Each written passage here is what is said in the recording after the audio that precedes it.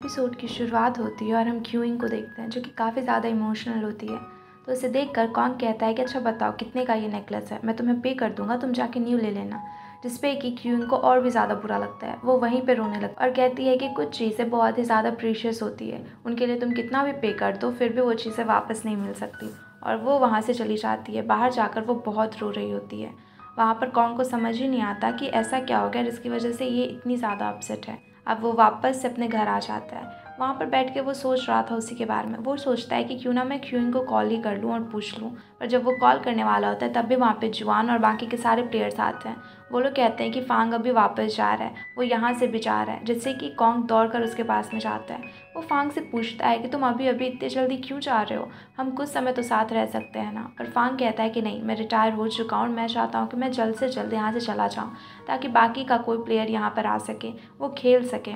यहाँ पर कॉन्ग कहता है कि पर कुछ समय तो आप रुक जाओ हमारे साथ, इतनी जल्दी भी जाने की क्या ज़रूरत है।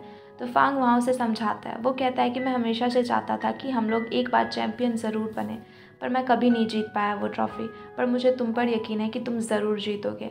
वो उसे एक रिंग भी निकाल कर देता है जो कि वो हमेशा पहना करता था और उसका नेकलेस बनाकर उसके गले में डाल देता है। और यहाँ पर वो उसे कहता है कि मुझे पूरी उम्मीद है कि कॉन्ग ज़रूर अपने देश के लिए ये चैम्पियनशिप जीत कर रहेगा। वहाँ पर कॉन्ग काफ़ी ज़्यादा इमोशनल हो जाता है, उसे रोना भी आ रहा था। तभी बाकी के प्लेयर्स भी आ जाते हैं। वो सारे लोग भी वहाँ पर फांग को रुकने के लिए कह रहे होते हैं, पर फांग उन सभी लोगों को समझाता है कि उसका जाना ज़रूरी है और आगे जो भी नया प्लेयर आएगा ये सारे लोग उसके साथ में मिलकर काफ़ी अच्छे से खेले। वहाँ पर जुआन भी बहुत रो रहा होता है, तो वो जुआन को समझाता है। फिर याओ से भी कहता है कि वो सबसे ज़्यादा सीनियर है और सबसे ज़्यादा एक्सपीरियंस भी है, इसलिए उसके जाने के बाद में वो अच्छे से टीम का ख्याल रखे।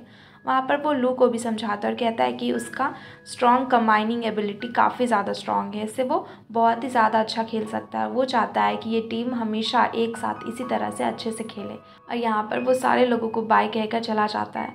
फिर हम कॉन्ग को देखते हैं जो कि बहुत ही ज़्यादा परेशान होता है। वो अपना बाइक लेकर वहाँ से निकल जाता है और दूर एक ब्रिज पर जाकर बैठा हुआ होता है। वहाँ पर वो बहुत रोता है और वो उन सारे मोमेंट्स को याद कर रहा होता है कि कब वो फांग से मिला।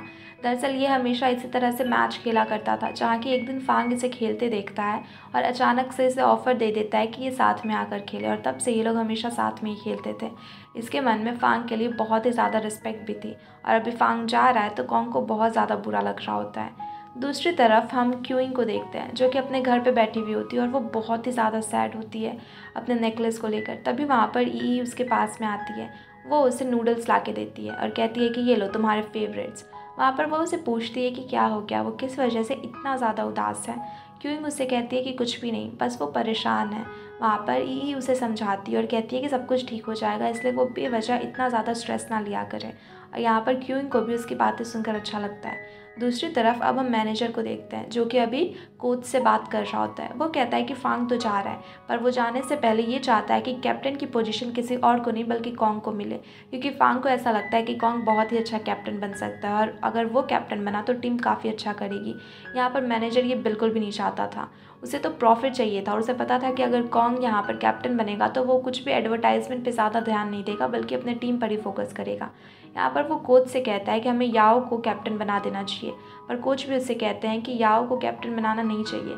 हालांकि वो एक्सपीरियंस्ड है और बहुत ही टाइम से खेल भी रहा है, पर फिर भी अभी वो ज़्यादा टाइम तक खेल नहीं पाएगा। 1-2 साल के बाद शायद वो भी रिटायर हो जाए, क्योंकि उसकी भी तो एज हो चुकी है और विफांग के बाद सेकेंड सबसे ज़्यादा ओल्डेस्ट एक्सपीरियंस प्लेयर वही है। उन्हें लगता है कि अगर टीम को आगे बढ़ाना है तो उन्हें कॉन्ग को ही कैप्टन बनाना चाहिए, क्योंकि कॉन्ग अभी काफ़ी समय तक खेलेगा और इस तरह से धीरे धीरे टीम के साथ में वो मजबूत भी होगा। पर याओ तो कुछ समय के बाद फिर से टीम को छोड़ के चला जाएगा और इस वजह से टीम में फिर से परेशानी होने लगेगी। यहाँ पर कोच के इतने कहने के बावजूद भी मैनेजर इस बात से मान नहीं रहा होता है। तभी वहाँ पर याओ भी आता है और वो इन सारे लोगों की बातों को सुन लेता है। अब हेडक्वार्टर्स में जब सारे लोग एक साथ बैठ के मैच की प्रैक्टिस कर रहे होते हैं, कोच भी उनके साथ में खेल रहे होते हैं। थोड़ी देर के बाद कोच उनसे कहते हैं कि चलो हम सभी लोग अभी खाना खा कर आते हैं, पर यहाँ याओ बार बार उस कॉन्ट्रैक्ट के बारे में ही सोच रहा था और कैप्टन की पोजीशन के बारे में। इसलिए वो कहता है कि मुझे कुछ देर अभी अकेले रहना है। इसलिए सारे लोग अभी खाना खाने के लिए चले जाते हैं और याओ इन्हीं सारी बातों के बारे में सोचता रहता है। उसके बाद फिर हम कोच, मैनेजर और डायरेक्टर सारे लोगों को मीटिंग करते देखते हैं, जहाँ की फांग भी होता है। वो सारे लोग ये डिसाइड कर रहे होते हैं कि कॉन्ग को कैप्टन बनाना चाहिए या फिर नहीं बनाना चाहिए। यहाँ पर सारे लोग तो कह रहे होते हैं, पर मैनेजर बार बार कह रहा होता है कि ये सही नहीं रहेगा, उसे नहीं बनाना चाहिए। पर यहाँ पर डायरेक्टर हाँ बोल देते हैं। डायरेक्टर जिन सारे लोगों से कहते हैं कि वो चांस देना चाहते हैं और यहाँ पे फांग भी चाहता है, तो वो लोग हाँ कर देते हैं। और यहाँ पे फांग कहता है कि अगर कॉन्ग बन गया कैप्टन तो वो फिर चला जाएगा, जल्दी ही रिटायर भी हो जाएगा और कभी दोबारा इंडस्ट्री में भी नहीं आएगा। इसलिए उन्हें कभी परेशानी भी नहीं होगी कि वो अपना खुद का कंपनी खोले या फिर ऐसा कुछ भी। इसलिए वो लोग टेंशन ना ले। अब इस बात पर वो लोग को मानना ही पड़ता है। तो सारे लोग कॉन्ग के पास में जाते हैं। यहाँ पर डायरेक्टर तो थोड़ी देर के बाद उसे कॉन्ग्रेचुलेट करके चले जाते हैं, पर मैनेजर वहाँ पर ये आकर कहने लगता है कभी बहुत सारी एडवर्टाइजमेंट भी उन्हें करनी है, ये वो वगैरह वगैरह, स्पॉन्सरशिप, बहुत सारी चीज़ें। जैसे कि सारे लोग परेशान हो जाते हैं कि दिन भर वो लोग अगर इसी तरह से एडवर्टाइजमेंट पर ही ध्यान देंगे तो अपने गेम पे कब ध्यान देंगे। यहाँ पर सीधे उनके सामने साफ साफ कॉन्ग ये कह देता है कि वो कोई भी एडवर्टाइजमेंट नहीं करेगा और उसकी टीम को भी ये चाहिए कि वो सारे लोग अच्छे से खेलें। यहाँ पर फांग को सुन के काफ़ी मज़ा आता है। वो उसे कॉन्ग्रेचुलेट करता है, बाकी के टीम मेंबर्स भी उसे कॉन्ग्रेचुलेट करते हैं। कोच भी वहाँ पर हंस रहे होते हैं, पर मैनेजर को काफ़ी ज़्यादा गुस्सा आ रहा होता है कि उसने ऐसे कैसे बोल दिया। इसलिए वो वहाँ पर गुस्से में से चला जाता है। दूसरी तरफ हम याओ को देखते हैं। वो इस फैसले से बिल्कुल भी खुश नहीं होता है। उसे अंदर ही अंदर बुरा लग रहा होता है और उसे ऐसा लग रहा होता है कि उससे ही कैप्टन बनना चाहिए था। दूसरी तरफ हम मैनेजर को देखते हैं, जो कि अपने केबिन में जाके चिल्लाने लगता है। तभी उसका असिस्टेंट आकर पूछता है, जिसपे कि मैनेजर कह रहा होता है कि कॉन्ग समझता क्या है खुद को। और मैनेजर ये ठान लेता है कि वो जल्दी ही कॉन्ग को कंपनी से निकलवा कर ही रहेगा और उसकी जगह पे किसी और प्लेयर को यहाँ पर रखेगा और कैप्टन तो उसे कभी भी बनने ही नहीं देगा। यहाँ पर कॉन्ग ने ये बोला था कि अगर वो आने वाले मैच में जीत जाएगा तो फिर ठीक है, वरना वो कैप्टनसी भी छोड़ देगा। और यहाँ पर मैनेजर इसी बात का फ़ायदा उठाने का सोचता है। दूसरी तरफ हम क्यूइंग के ऑफिस का सीन देखते हैं, जहाँ की उसके बॉस उसे बुलाते हैं। तो वो उनके केबिन में जाती है तो देखती है कि वहीं पे जाओ जिन भी बैठी हुई होती है और वो कुछ शायद उनसे बात कर रही थी। और जैसे ही वो वहाँ पर क्यूइंग को देखती है तो वो काफ़ी स्माइल करती है और चली जाती है। क्यूइंग अब जाकर बॉस से बात करती है तो बॉस उससे कहते हैं कि वो बिल्कुल भी अच्छा परफॉर्म नहीं कर रही है और पिछले बार जो कुछ भी हुआ उस वजह से और भी ज़्यादा परेशानी में है उनकी कंपनी। और इसलिए वो ये चाहते हैं कि जल्दी से जल्दी क्यूइंग 1 मंथ के अंदर अंदर कुछ बहुत ही बड़ा करे। अगर वो कोई अच्छा सा न्यूज़ ले आती है, कोई सेंसेशनल न्यूज़ जिससे कि वो लोग काफ़ी वायरल हो या फिर कंपनी को बहुत ही ज़्यादा प्रॉफिट हो, तब तो ठीक है, वरना उसके लिए हालात अच्छे नहीं दिख रहे हैं। वो इनडायरेक्टली उसको ये कह रहे होते हैं कि अगर 1 मंथ के अंदर अंदर उसने कुछ बहुत ही अच्छा नहीं किया तो उसे कंपनी से निकाल दिया जाएगा। ये सब कुछ सुनकर क्यूइंग को थोड़ा बुरा भी लगता है, पर वो कहती है कि वो बहुत ही अच्छे से कुछ ना कुछ ज़रूर कर लेगी और जल्दी कर लेगी। वहाँ से जब वो बाहर आती है तो हम यान यान को देखते हैं।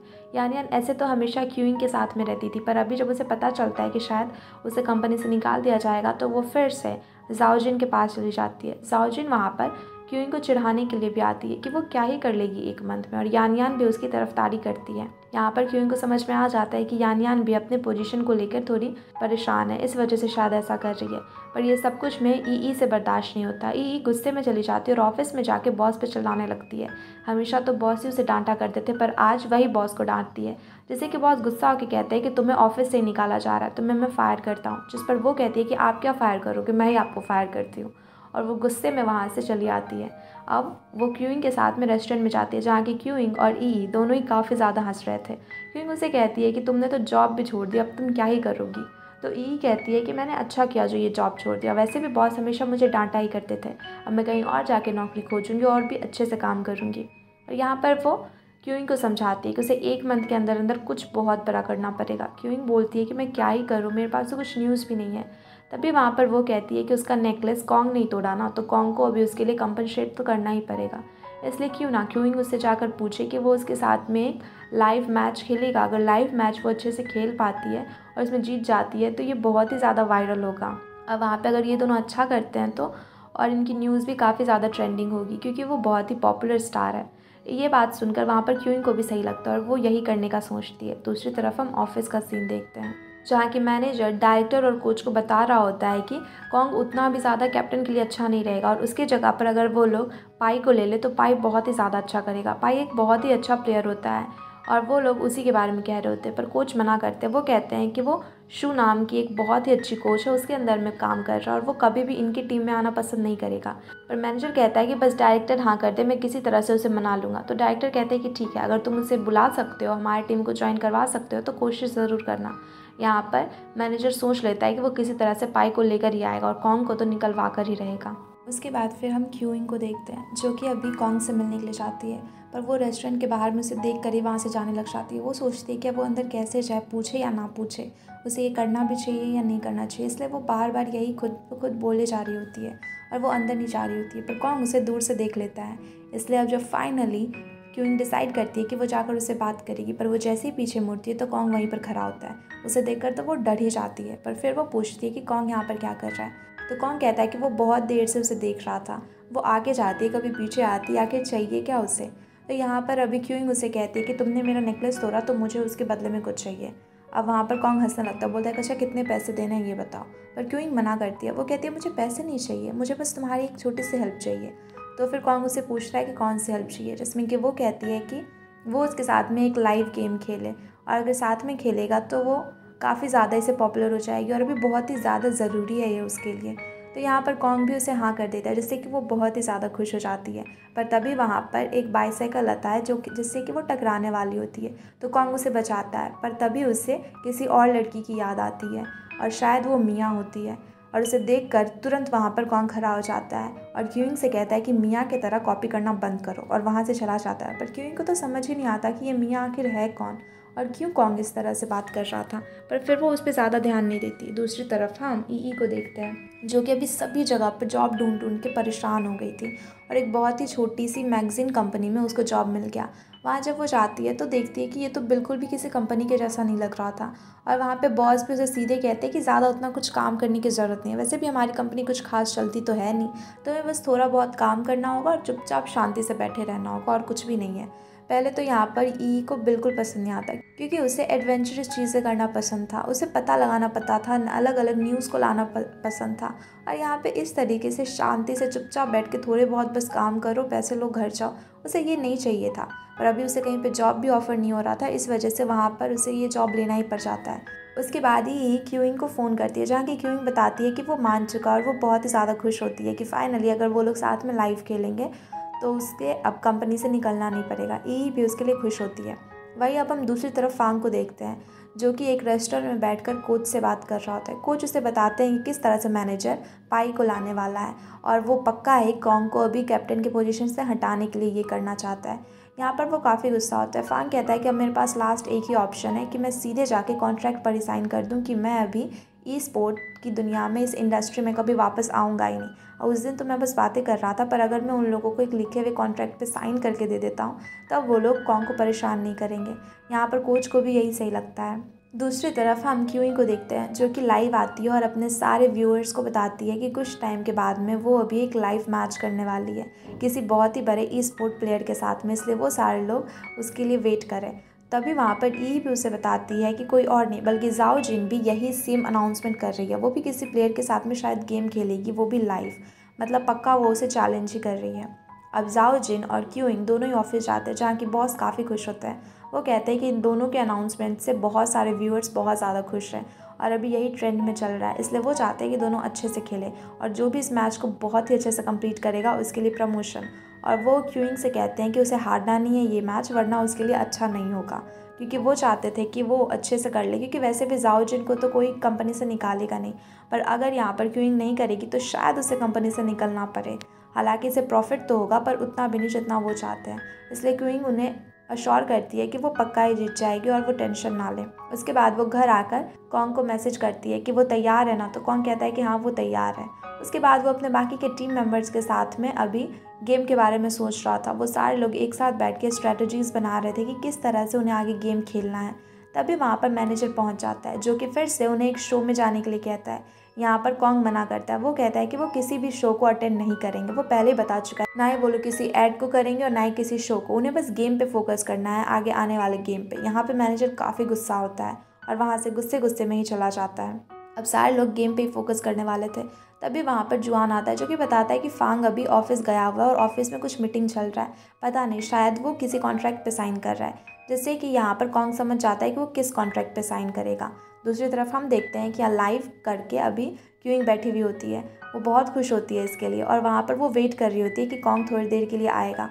पर वहाँ पर हम देखते हैं कि दूसरी तरफ जाओ जिन किसी और के साथ नहीं बल्कि पाई के साथ ही गेम खेल रही थी। पाई और जाओ जिन एक टीम में थे और दूसरी तरफ क्यूइंग और कॉन्ग एक टीम में। पर वहाँ पर कॉन्ग थोड़ी देर तो उसके साथ में खेलता है, पर फांग की जब उसे खबर मिलती है तो वहाँ से वो चला जाता है और इसी तरह से अकेले ही वहाँ पर क्यूइंग को छोड़ देता है। और क्यूइंग तो उतनी अच्छी प्लेयर भी नहीं होती, और पाई और दूसरी तरफ जाओ जिन काफ़ी अच्छे होते हैं, इसलिए वो अकेले उनको हरा नहीं पाती और बहुत ही बुरी तरीके से हार जाती है। और सारे लोग हर जगह पे उसका मजाक ही बना रहे होते हैं।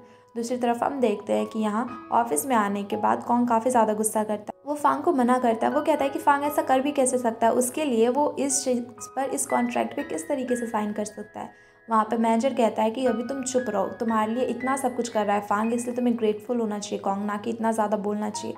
पर कॉन्ग उसे मना करता है, कहता है कि वो कभी भी नहीं चाहेगा कि उसकी वजह से फांग इतनी बड़े सेक्रीफाइस को दे दे, और वो कभी ऐसा नहीं चाहेगा। तो मैनेजर कहता है कि अच्छा, तो तुम फिर कैसे खुद को प्रूव करोगे, हम में से कोई नहीं मानता कि तुम कैप्टन के लिए इतने ज़्यादा सूटेबल रहोगे जितना कि याओ है। तो वहाँ पर कॉन्ग भी गुस्से में कह देता है कि ठीक है, फिर अभी आने वाले मैच में अगर मैं नहीं जीता तो मैं कैप्टनसी नहीं करूँगा, मैं छोड़ दूँगा, और यहाँ तक कि मैं टीम से भी बाहर हो जाऊँगा। जिसे सुन के वहाँ पे मैनेजर तो बहुत ज़्यादा खुश होता है, क्योंकि वो यही तो करवाना चाह रहा था। फांग उसे रोकने की भी कोशिश करता है, पर कॉन्ग वहाँ पर किसी की भी नहीं सुनता। दूसरी तरफ हम देखते हैं कि अभी मैच ख़त्म होने के बाद में क्यूइंग बहुत ज़्यादा उदास होती है। ई भी वहीं पर होती है। ई बहुत ज़्यादा गुस्से में होती है। वो कहती है कि चलो अभी अभी मुझे कॉन्ग से बात करना है, और वो उसे लेजेंड्स के हेडक्वार्टर पर लेकर जाती है। वहाँ हम देखते हैं कि कॉन्ग और जुआन अभी बाहर में ही होते हैं। जुआन जैसे ही देखता है इन दोनों को, तो वो समझ जाता है कि पक्का शायद ये लोग कॉन्ग से बात करने के लिए आए होंगे, क्योंकि ये लोग तो गेम अटेंड ही नहीं कर रहे थे, इस वजह से शायद वो हार गई होगी। इसलिए वो जाता है उन्हें रोकने के लिए, पर वहाँ पर ई तो उसे बहुत पीटने लग जाती है, और वहाँ पर वो सीधे क्यूइंग को कहती है कि तुम जाके कॉन्ग को समझाओ। इसलिए क्यूइंग अब कॉन्ग से बात करने के लिए जाती है। वो उसकी चाबी को ही ले लेती है और उसे डस्टबिन में फेंक देती है, और कहती है कि तुम ऐसा कैसे कर सकते हो। पर यहाँ पर कॉन्ग पहले से ही गुस्सा होता है, इसलिए वहाँ पर वो बहुत उसे सुनाता है, और जो उसे शायद नहीं भी कहना चाहिए था वो सारी बातें भी वो उसे कहने लग जाता है। वो कहता है कि तुम क्या चाहते हो, अपनी शक्ल का यूज़ करके, अपनी बॉडी का यूज़ करके तुम एक करियर बनाना चाहते हो ई स्पोर्ट में। तुम्हें कोई भी पसंद नहीं करता, ना ही तुम्हें टैलेंट है, बस शक्ल अच्छी है, इस वजह से तुम इस तरीके से मेरे पीछे पीछे भाग रही हो। और अगर तुम्हें कुछ करना ही है तो अपने बलबूते पर करो ना, ऐसी फालतू की चीज़ें क्यों कर रही हो। और भी उसे न जाने क्या क्या सुनाता है, जिससे कि वहाँ पर क्यूइंग को काफ़ी ज़्यादा बुरा लगता है। वो रोने लग जाती है, पर कॉन्ग उसे रोता हुआ देखकर और भी ज़्यादा उस पर चिल्लाने लगता है कि तुम यही कर सकती हो, तुम बस रो ही सकती हो और कुछ भी नहीं, और गुस्से में वहाँ से बाइक लेकर चला जाता है। अब इन सारी चीज़ों के बाद में क्यूइंग को बहुत बुरा लगता है। वो रोते रोते आ रही थी।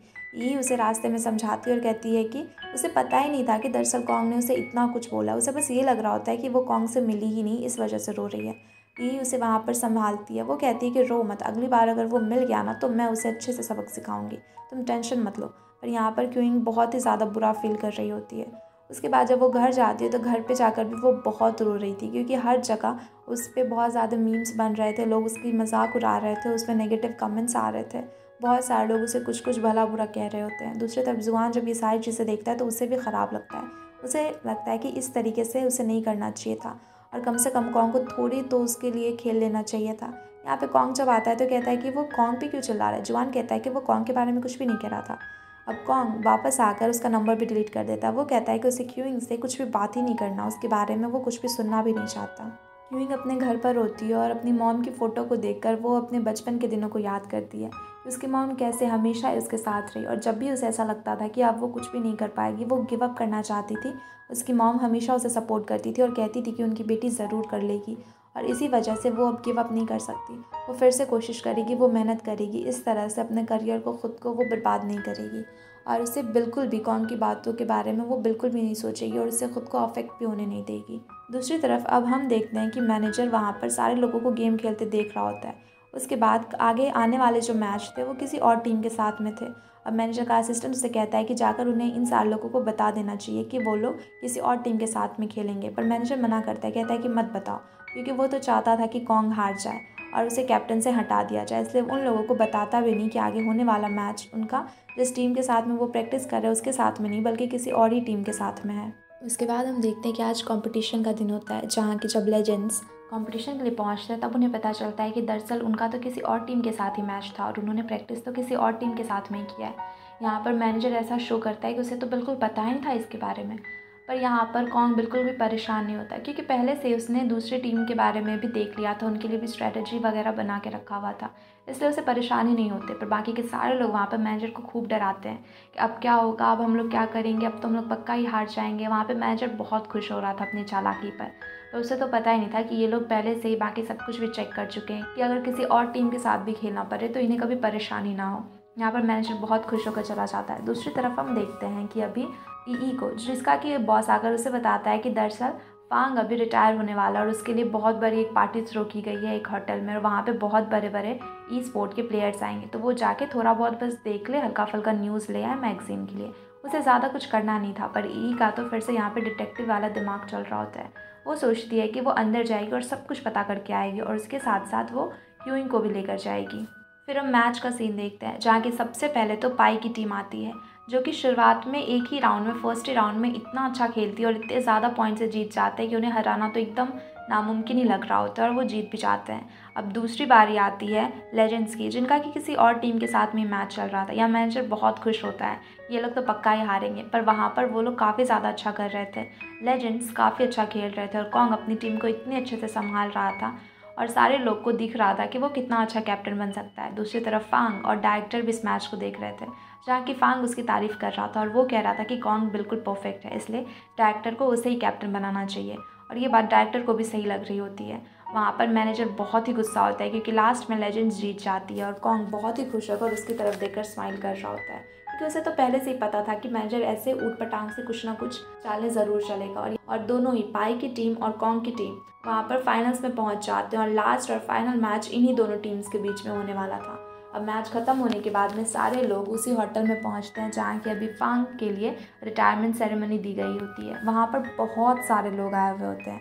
अब वहाँ पर जब क्विंग और ई पहुँचते हैं तो देखते हैं कि पहले से ही बहुत सारे रिपोर्टर्स हैं, और उनमें से एक को भी अंदर जाने के लिए नहीं दिया जा रहा होता, और वहाँ पर बहुत भीड़ होती है। इसलिए ई किसी तरीके से क्विंग को लेकर पीछे वाले दरवाजे से घुसने की कोशिश करती है। और वहाँ पे जब उसे एक स्टाफ रोकता है तो वो ऐसा प्रिटेंड करती है कि वो तो यहाँ पर बस मिलने के लिए अपने दोस्तों के साथ आई है, और वो तो ई स्पोर्ट्स वालों की फ्रेंड है, और किसी तरह से वो नाटक वाटक करके अंदर घुस जाती है। और वहाँ पर एक जगह जब दूसरे स्टाफ से पकड़ने वाले होते हैं तो वहाँ पर वो झगड़ा करने लग जाती है, और क्वीन को बहुत ही ज़्यादा चिल्लाने लगती है उसके ऊपर में। इसलिए अब दोनों को इतना ज़्यादा झगड़ा करते हुए देखकर वो स्टाफ इनके पास में पूछने के लिए नहीं आता, और वहाँ से चुपचाप चला जाता है, क्योंकि उसे लगता है कि ये दोनों बस यहाँ पर झगड़ा कर रही हैं किसी बात पे, और ये तो इन लोगों का प्लान होता है। अब इसी तरह से किसी तरह से कैफेटेरिया में भी चले जाते हैं, और वहाँ जाकर इन लोगों का प्लान था कि वो वहाँ से किसी शेफ़ की ड्रेस को चुराएंगे, या फिर किसी वेटर वेट्रेस किसी की भी ड्रेस को चुराएंगे, और उसी को पहन के होटल में घुस जाएंगे जहाँ पर ये सेरेमनी चल रहा होता है। और वहाँ पर पहले तो एक शेफ़ उसे पकड़ लेता है, वो कहता है कि तुम दोनों यहाँ पर क्या कर रही हो। इस पर कि वो लोग कहती हैं कि वो लोग वॉशरूम ढूंढ रही थी, और बहुत नाटक कर किसी तरह वहाँ से निकल जाती है। और दूसरी बार फिर वो लोग अंदर जाते हैं, पर फिर से एक शेफ़ उन्हें देख लेता है, पर वहाँ पर वो बस क्यूइंग को ही देखता है, ना कि ई को। इसलिए ई वहाँ पर छिप जाती है, और क्यूइंग जाकर उससे रास्ता पूछने लग जाती है कि कैसे जाना है, इधर जाना है, उधर जाना है करके किसी तरह से उसे बातों में फंसाती है। और तब तक ई ड्रेस लेकर निकल जाती है। थोड़ी देर के बाद ये दोनों ड्रेसअप करके एक साथ में किसी शेफ़ की ड्रेस में वहाँ पर पहुँच जाते हैं, और वहाँ पर वो लोग पार्टी में जाकर देख रहे होते हैं, जहाँ की ई स्पोर्ट्स के हर एक बड़े से बड़े लोग वहाँ पर मौजूद थे। सारे लोग आए हुए होते हैं। यहाँ पर हम देखते हैं कि फांग के बहुत पुराने दोस्त भी आए थे, उसके 4 मेन फ्रेंड, जिनके साथ में कि वो हमेशा खेला करता था। वहाँ पर क्यूइंग तो किसी को भी नहीं पहचान रही होती है, तो ई उसे बताती है कि यहाँ पर कौन कौन है। पहले तो वो फांग के कुछ 4 मरे बड़े जो दोस्त थे, उसके मेन फ्रेंड्स, उनके बारे में बताती है कि फांग और बाकी के 4 लोग हमेशा से बचपन से दोस्त थे, और बहुत ही अच्छे ई स्पोर्ट्स प्लेयर भी रह चुके हैं, जिनमें से कि एक फ़ीमेल प्लेयर भी थी, जो कि अभी कोई और नहीं बल्कि पाई की कोच होती है, शू, जिसके बारे में हमें पहले भी बताया गया था। वहाँ पर शू होती है, जो कि फर्स्ट वहाँ पर ई स्पोर्ट प्लेयर थी, फीमेल प्लेयर, जिसने कि बहुत ही अच्छा खेला था। दूसरा वहाँ पर था गान भी बहुत ही अच्छा प्लेयर था और फांग का काफ़ी करीबी दोस्त होता था। और अभी गान और शू दोनों ही मिलकर एक कंपनी खोले हुए हैं, जिसके अंदर के अभी पाई खेलता है। दूसरी तरफ हमें बताया जाता है कि एक और इंसान से मिलाया जाता है, जो कि जिया होता है। जिया कोई और नहीं बल्कि पाई का कज़न होता है। अभी वो एक साइबर कंपनी का मालिक होता है, वहाँ के काम को देखभाल करता है वो, और साथ ही साथ उसके रेस्टोरेंट्स भी होते हैं।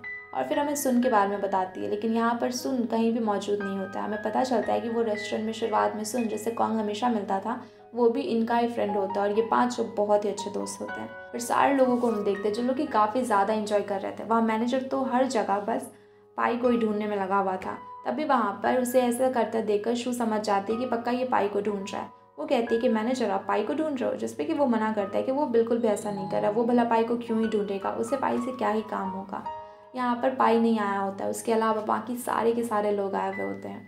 अब सब कुछ होने के बाद में थोड़ी देर के बाद में लास्ट स्पीच देने के लिए फांग स्टेज पर जाता है, जहाँ कि वो सारे लोगों को बताता है कि उसने किस तरीके से अपने करियर की शुरुआत करी थी, और उसके 4 जिगरी दोस्त आज वो लोग भी यहाँ पर आए हुए हैं। एक मौजूद नहीं है, सुन के बारे में कहता है, और बाकी के 3 यहीं पर हैं।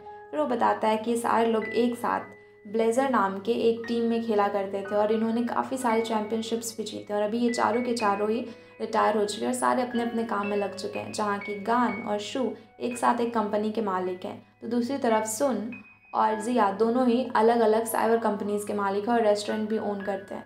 वहाँ वो बताता है कि वो आखिरी है और उसे अभी पता नहीं कि आगे क्या करना है। उसने काफ़ी कुछ एंजॉय किया, काफ़ी कुछ हासिल किया अपने करियर में, पर अब वो कहीं जाकर आराम से कुछ समय अकेले में बिताना चाहता है और वो वहाँ पर बहुत ही इमोशनल स्पीच दे रहा होता है। तभी हम देखते हैं कि ई अपना कैमरा लेकर आई हुई होती है। वो कहती है कि उसे ये सब कुछ रिकॉर्ड करना है और वो छिप के पिक्चर्स लेने लग जाती है और रिकॉर्डिंग करने लगती है। दूसरी तरफ क्वीन किसी तरह से खड़ी होती है वहीं पर। तभी हम देखते हैं कि उसे ऐसे पिक्चर लेते हुए कॉन्ग देख लेता है, तो वो जुआन को बेचता है कि कोई शायद पिक्चर ले रहा है, उसे बंद करवाओ। ऐसे जुआन आता है वहाँ पर, तो वो देखता है कि ये कोई और नहीं बल्कि ई ही है। वहाँ पर वो दोनों का काफ़ी झगड़ा होता है, वो दोनों भागने लग जाते हैं। वहाँ पर ई तो काफ़ी दौड़ लगा रही होती है और जुआन उसके पीछे पीछे उसे रोक रहा होता है। वो भाग भाग कर उसे परेशान कर देती है, पर वो उसे पकड़ ही नहीं पा रहा होता है। अब लास्ट में वहीं पर जब स्पीच ख़त्म होता है तो कॉन्ग की नज़र क्यूइंग पर भी पड़ जाती है। अब वो क्यूइंग से जाकर पूछता है कि वो भी यहाँ पर पिक्चर लेने के लिए आई है ना, पहले जैसे उसने वीडियो लीक करा, अभी यहाँ के भी पिक्चर्स वीडियोस वो लीक करेगी। यहाँ पर क्यूइंग कहती है कि वो ऐसा बिल्कुल भी करने के लिए नहीं आई थी। हाँ, माना कि वो यहाँ पर चली आई है, पर उसने ऐसा कुछ भी नहीं किया। तो कॉन्ग ज़बरदस्ती उसका फ़ोन ले लेता है और चेक करने लगता है, पर उसमें उसे कुछ भी नहीं मिलता और वो वहाँ से चला जाता है। वो समझ जाता है कि पक्का शायद इसकी फ्रेंड यहाँ पर आई होगी, इसलिए वो वहाँ पर ई को ढूंढने लग जाता है। दूसरी तरफ हम ई और जुआन को देखते हैं, जो लोग कि अभी भी झगड़ा कर रहे थे। जुआन उसे कह रहा था कि डिलीट कर दो, पर ई उसे कह रही थी कि अगर तुम पास आओगे तो फिर से पिट जाओगे और किसी तरह से वो जुआन को चकमा देकर भाग जाती। पर तब भी वहाँ पर कॉन्ग पहुँच जाता है और कहता है कि चुपचाप डिलीट कर दो वरना अच्छा नहीं होगा। इसलिए बेचारी ई को ना चाहते हुए भी वो सारे पिक्चर्स, फोटोज, सारी चीज़ों को डिलीट करना पड़ जाता है। अब थोड़ी देर के बाद में हम देखते हैं कि फांग जाकर बैठता है, जहाँ के उसके बाकी के फ्रेंड्स भी आते हैं। वो सारे लोग पुरानी यादों को ताज़ा कर रहे थे। तभी उनमें से एक सुन के बारे में बोलता है कि सुन अभी तक नहीं आया, वो लोग कितने टाइम से उसे मैसेज कर रहे हैं। और ये सुनते ही वहाँ पर शू खड़ी हो जाती है और चली जाती है। शायद सुन और शू के बीच में कुछ था, इस वजह से वो उसके बारे में बात नहीं करना चाहती थी, इसलिए शू वहाँ से चली जाती है और बाकी के सारे लोग वहीं पे बैठते हैं। वो लोग थोड़ी देर बातें करते हैं और पुराने दिनों के बारे में ही सोच रहे होते हैं। फिर वो लोग प्लान बनाते हैं कि वो लोग जाके शुन से भी मिलेंगे और इसी के साथ में ये एपिसोड यहीं पर ख़त्म हो जाता है। Thanks everyone for watching. और वीडियो अच्छी लगी हो तो वीडियो को लाइक करके चैनल को सब्सक्राइब ज़रूर कर देना।